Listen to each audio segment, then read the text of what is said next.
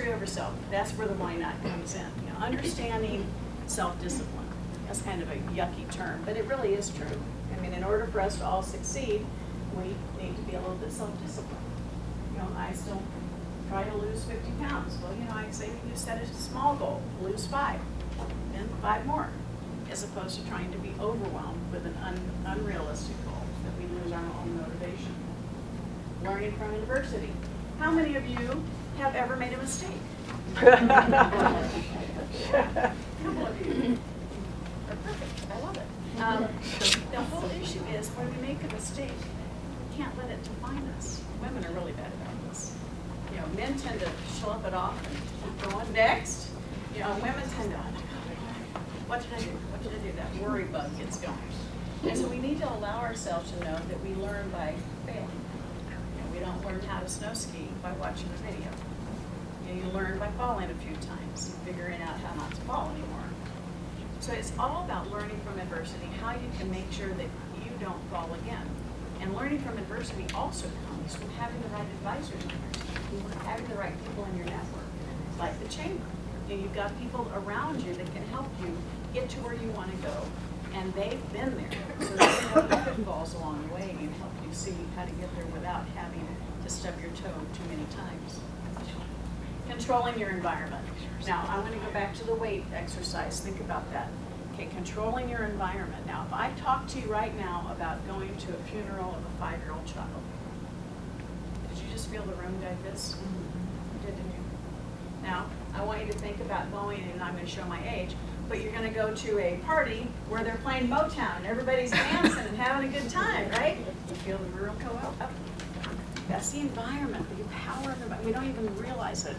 I know for my husband, when he's in a bad mood, I mean, after 32 years, I finally figured it out. I'm a slow learner, but it's like he's in a bad mood. All of a sudden, I go right with him. It's like, no. It's like this now. I pull him back up.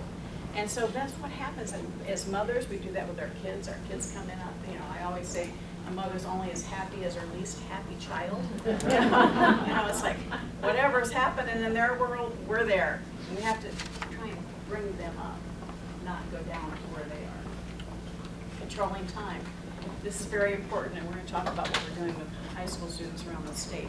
Not only are we teaching them about money, we're teaching them about how they use their time and the choices they make. That they are in the driver's seat of their own life. And the choices they make with how they use their money and how they use their time will either drive them to success or drive them into death. It's just that simple. And that right now in high school, they have the opportunity to start having habits that will make them masters of their money. If they choose not to do that, they will become slaves to money. And money should be a tool, not our blood. And unfortunately, too many people are slaves to their money. And we're trying to reverse that. Harmony. That means if you've got the first 5 going on, it's like, you know, you've heard the term, the rich get richer, the poor get poorer. Well, it really is that the rich figured it out, and they're doing all of those first 5 things. And once you keep doing it, it gets a little easier. And so if you can get your life on the right track, all those things start working with you. And then, of course, the last one sounds kind of boring, caution. But you've all heard of the senators or congressmen who send out a tweet that they wish they hadn't done. You know, caution is about thinking about what you're doing. My dad would say every night when he put me in bed, Sharon, did you add value to somebody's life today? So I used to think, today, I still think about that. Did I add value to somebody's life today? So caution means before you do something, before you send out a tweet or make a phone call, is it helping you get to your goal? If yes, great. Is it helping the person you're contacting get to their goal?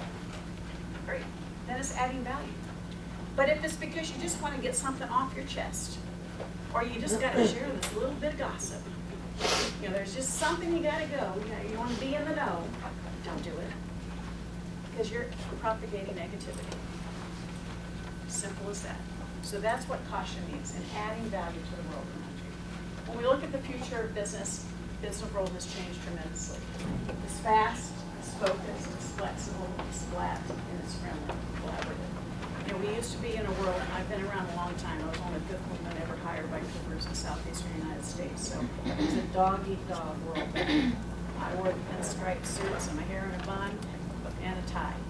It was the way the world was back then. Very competitive, and you just had to work harder if you were a female. It's the world has changed, and today, the future of business is one of collaboration and cooperation, not competition. That's why people work so well together. 1 + 1 = 11, not 2. See? 11. 1 + 1 is 11. And that's how you can make, the way you grow your business is to find somebody else that can help you where you want to go. They are already doing what you need to do. Somebody asked me earlier about how many people I have on my team. You know, at the height of our success, we were bringing in $40 million a year. I only had 13 employees at RidgeJet. But we had thousands of people working for us through strategic partnerships and strategic alliances. So that I do walk the talk. This is how you grow your business. You find somebody who's doing something that can help you get to where you need to go. And they win and you win. And it's a collaborative effort. So in this essence, and then when we talk about the philosophy, my prior partner used to stand up at a seminar and say, you either sell or you suck. And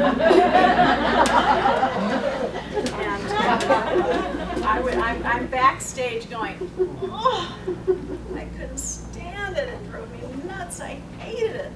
You know, I would just shrink. I could feel my whole psyche go down. And so I said, well, now I'm going to turn that negative into a positive for me, because I realized it actually helped me realize I had to leave the company, because I truly believe you either sell or you serve. And when you serve, the sales will come. And that the future of business is one of service, not sales. Sales are transactions. And when you have a transaction, it's a one-up.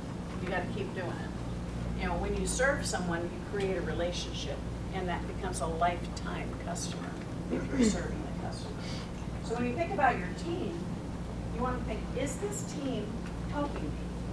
And as your business grows, sometimes you have to change the people on your team, because you've gotten to where they can get you, but you need to go further. So you need new advisors.